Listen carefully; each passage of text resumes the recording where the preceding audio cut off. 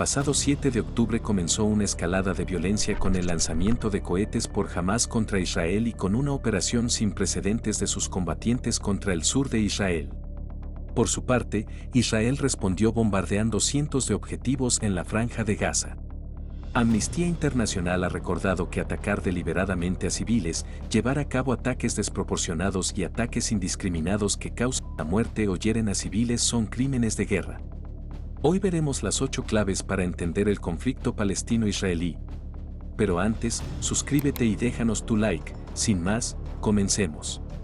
Clave 1. La creación del Estado de Israel y el problema demográfico. El sionismo es un movimiento nacionalista que persigue la creación de un Estado judío y democrático en la tierra prometida del judaísmo, localizada en la Palestina histórica.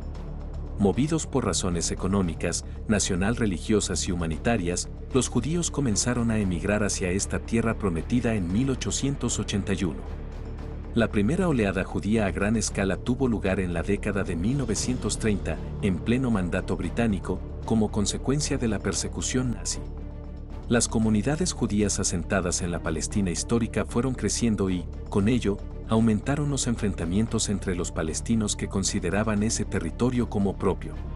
Ante este panorama, el Reino Unido acudió a Naciones Unidas en 1947, que emitió la Resolución 181-2. Esta resolución dividió la región en 2 estados, uno árabe y otro judío. A este último se le asignó el 54% del territorio. A Jerusalén, ciudad clave para ambas culturas, se le asignó un estatus de corpus separatum bajo un régimen internacional. Clave 2. Las guerras de 1948 y 1967. En 1948, Israel ganó la Guerra de la Independencia y pasó a ocupar el 77% del territorio, incluido el oeste de Jerusalén. Bajo dominio egipcio quedó la Franja de Gaza y bajo dominio jordano, Cisjordania, incluido Jerusalén Este. Por un lado, Israel considera que las potencias árabes buscaban destruir el recién creado Estado de Israel. Otros consideran que las potencias árabes vieron en el plan de partición de la ONU una nueva muestra de colonialismo occidental. Para los palestinos esta guerra fue la Nakba. Más de la mitad de la población árabe fue expulsada o huyó del territorio. Otras fuentes de Naciones Unidas hablan incluso del 85%. Entre 700.000 y 750.000 palestinos y palestinas fueron expulsados de sus hogares, perdieron sus tierras y se convirtieron en refugiados en países árabes vecinos o desplazados en Gaza y Cisjordania. Esta categoría jurídica se extendió a sus descendientes y, más de 70 años después, la cifra de personas refugiadas supera los 5 millones. Se trata de la población refugiada más antigua de la historia moderna y uno de los principales focos de debate del conflicto, ya que la Resolución 194 de la ONU, de 1948, reconoce el derecho de retorno e indemnización de las personas refugiadas palestinas de aquel conflicto. Años más tarde, en 1967, tras la Guerra de los 6 días, Israel pasó a ocupar la totalidad de Gaza y Cisjordania, generando un nuevo éxodo de palestinos de aproximadamente 500.000 de personas. Esta guerra es el comienzo oficial de una ocupación y colonización a través de los asentamientos ilegales de los territorios palestinos ocupados que dura ya más de 50 años. Clave 3. Jerusalén Este. Una de las grandes polémicas en este conflicto es Jerusalén Este.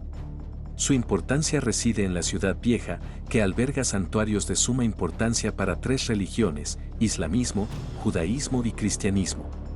Además, fue uno de los epicentros de la escalada del conflicto de mayo de 2021. Para los palestinos, Jerusalén Este es la capital de un Estado libre palestino. Para los israelíes, Jerusalén es su legítima capital. Por ello, Israel se anexionó Jerusalén Este en 1980 de manera oficial a través de la Ley de Jerusalén, estableciendo la capital de Israel en una Jerusalén entera y unificada. Clave 4. Los acuerdos de Oslo y Camp David. Los acuerdos de Oslo, firmados en 1993, se enmarcan en un proceso de paz que comenzó en Madrid en 1991. En esta época se produjo el reconocimiento del Estado de Palestina por la ONU y la primera intifada palestina contra la ocupación. Los acuerdos preveían 5 años para alcanzar un acuerdo de paz permanente, pero no se consiguió.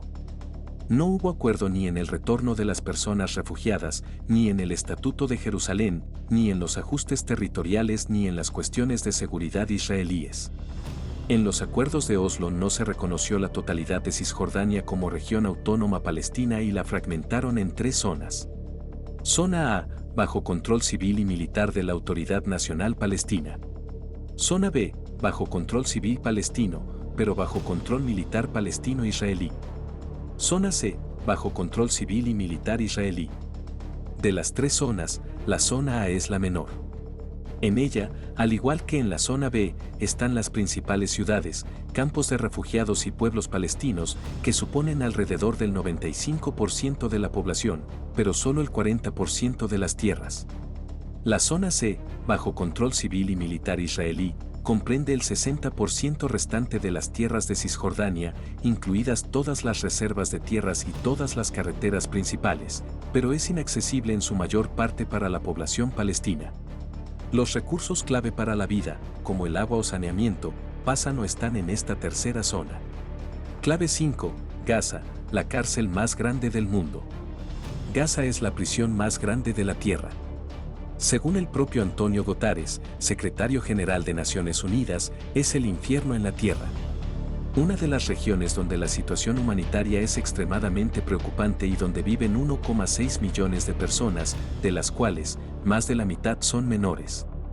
Gaza es uno de los lugares más densamente poblados del mundo. El 38% de la población vive en situación de pobreza. El 54% de los habitantes padecen inseguridad alimentaria y más del 75% son beneficiarios de ayuda. El 35% de las tierras agrícolas y el 85% de sus aguas de pesca son total o parcialmente inaccesibles debido a las medidas militares israelíes. Más del 90% del agua del acuífero de Gaza no es potable.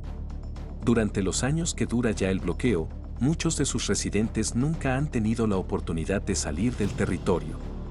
La población de Gaza está integrada en su mayoría por personas palestinas que fueron expulsadas por la fuerza de sus hogares y sus tierras desde 1948 en adelante, así como por sus descendientes. Clave 6. La política de demoliciones y destrucciones.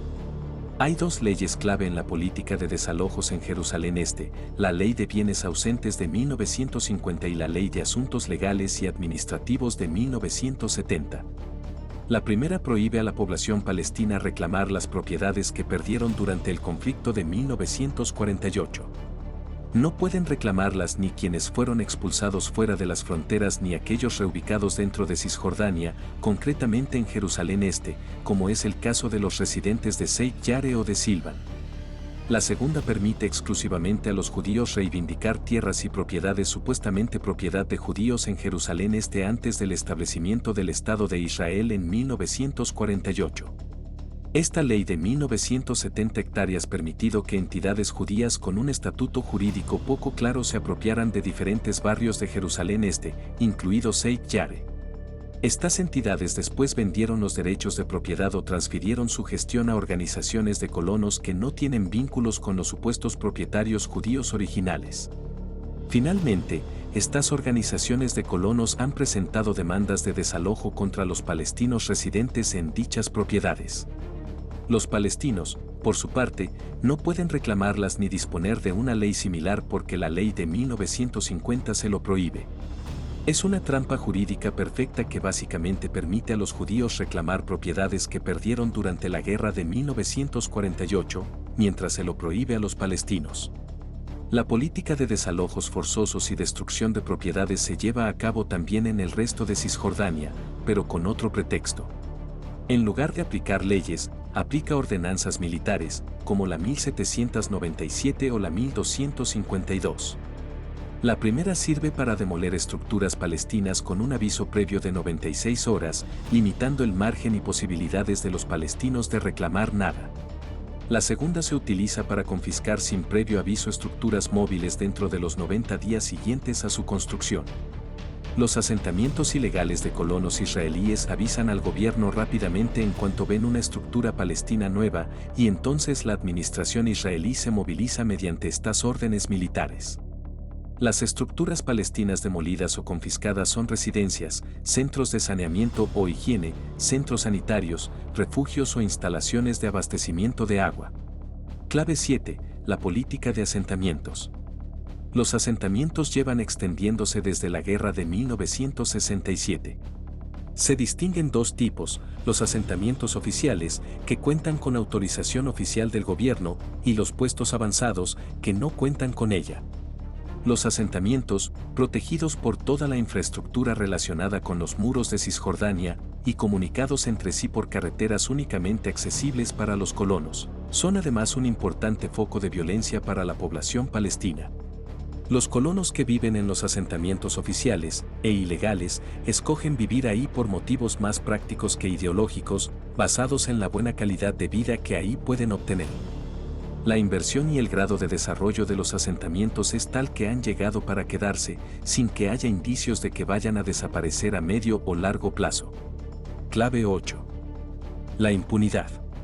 El Consejo de Seguridad y otros órganos de Naciones Unidas han emitido toda una serie de resoluciones y decisiones, además de las ya citadas en este artículo, respecto a los asentamientos, la anexión de Jerusalén Este, de los Altos del Golán sirio o la anexión de facto de Cisjordania mediante la confiscación de tierras y sus crecientes actividades de asentamiento, así como respecto a la ocupación y a los constantes incumplimientos por parte de Israel de todas estas resoluciones.